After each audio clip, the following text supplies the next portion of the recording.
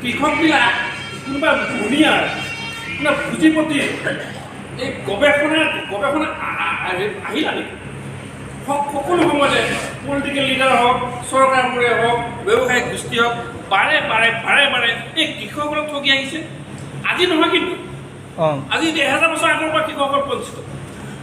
যে আমিতো আজি একবিংশ শতিকা আমি কৃষক, সকলো কম্পিউটাৰ জানে, সকলো শিক্ষিত, 5টা ডিগ্ৰী আছে, কোনোবাই কম্পিউটাৰ চায়েন্সৰ, কোনোবাই এগ্ৰিকালচাৰ চায়েন্সৰ, বেচৰকাৰীত পঢ়ি আছে, ইঞ্জিনিয়াৰ পঢ়ি আছে। তৎসত্ত্বে বাৰম্বাৰ আমাক কৃষকবোৰ বঞ্চিত কিয়? আমি এইকাৰণে বঞ্চিত, আমি প্ৰায় মানে জীৱন্ত ডেড বডি। আমি এই জীৱন্ত ডেড বডি হৈ জীয়াই থাকি লাভ নাই। যদি মৰিছোঁ আৰু নহ'লে বাচিছোঁ। এনেকৈ আমি আগবাঢ়িবৰ কাৰণে মনত এটা উদ্যম ল'ব লাগিব। গতিকে পঢ়াৰ বন্ধুসকল, ষ্ট্ৰাকচাৰটো যদি সভাপতি এজনকে কাৰ্যকৰী সভাপতিয়ে গতিকে মই আৰু এটা কৈছোঁ দেই, এই যে আৰম্ভণি কৰিছোঁ, আমি 1 কোটি টকা 1000 টকা হিচাপ কৰিবৰ কাৰণে, কাউণ্ট কৰিবৰ কাৰণে আমি 1.1 পৰা আৰম্ভ কৰিম। আমি কৃষকসকলৰ স্বাৰ্থৰ কাৰণে গোট আমি যিমান তেনেকৈ খাইছোঁ, এইখিনি বহুত। কিন্তু আজি আমি যিটো প্ৰস্তাৱ এফালৰ পৰা আহিছে, আমি অনুভৱ কৰিছোঁ এই ফাৰ্মাৰসকলৰ হৈ আমি যুদ্ধ কৰিবৰ কাৰণে, এই ফাৰ্মাৰসকলৰ ন্যায্য প্ৰাপ্য অধিকাৰ কাঢ়ি আনিবৰ কাৰণে আমাক কমিটি লাগে। এই কমিটিখন গঠন কৰি আমি বহি থাকিলে কমিটিৰ কোনো অৰ্থ নাই। আজি তাৰিখত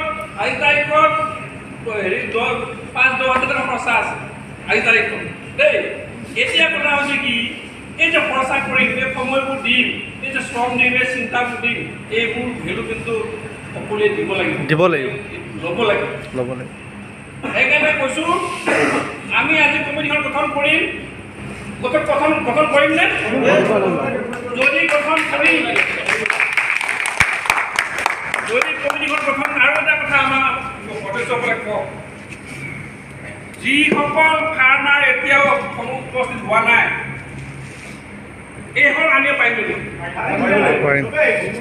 আনিব পাৰিমনে? ৰাইজ কওক, ভালকৈ কওক। যদি আনিব পাৰোঁ, তেতিয়াহ'লে আমি কমিটিখনলৈ যাম। কাৰণ সকলো পলিচি একেদিনে নহয়, মানে আজি আমি যে পঢ়িছোঁ, এভৰিথিং সমস্যাকে এড্ৰেছ কৰিব নোৱাৰোঁ। আমি যে কমিটিখন হ'ম, কমিটিয়ে পলিচি নিৰ্ণয় কৰিব, কমিটিয়ে দাবীবিলাক নিৰ্ধাৰণ কৰিব, কমিটিয়ে কোনটো চেনেল কেনেকৈ কৰি কাক কোন অথৰিটিক যোগাযোগ কৰিব, এইবিলাক কমিটিখনে চালি যাই দাবীবিলাক মানে এক্সিকিউট কৰিব নহয় জানো? আমি ডিচিক লগ কৰিব, গাঁৱত লগ কৰিব, চিফ মিনিষ্টাৰ নে আন কোনোবা এই কমিটিকেইখন আছে যে চিন্তা ভাৱনা কৰিব। গতিকে এই ক্ষেত্ৰত আপোনালোকৰ মতামত সাপেক্ষে মই এই কমিটি এখন গঠন কৰাৰ ক্ষেত্ৰত আপোনালোকৰ দিহা পৰামৰ্শৰ প্ৰস্তাৱ, প্ৰথমতে কমিটি কেছটো মানে কেনেকুৱা হ'ব, প্ৰস্তাৱ নামটো, এই সম্পৰ্কত আপোনালোকৰ পৰা মই পৰামৰ্শ বিচাৰিম।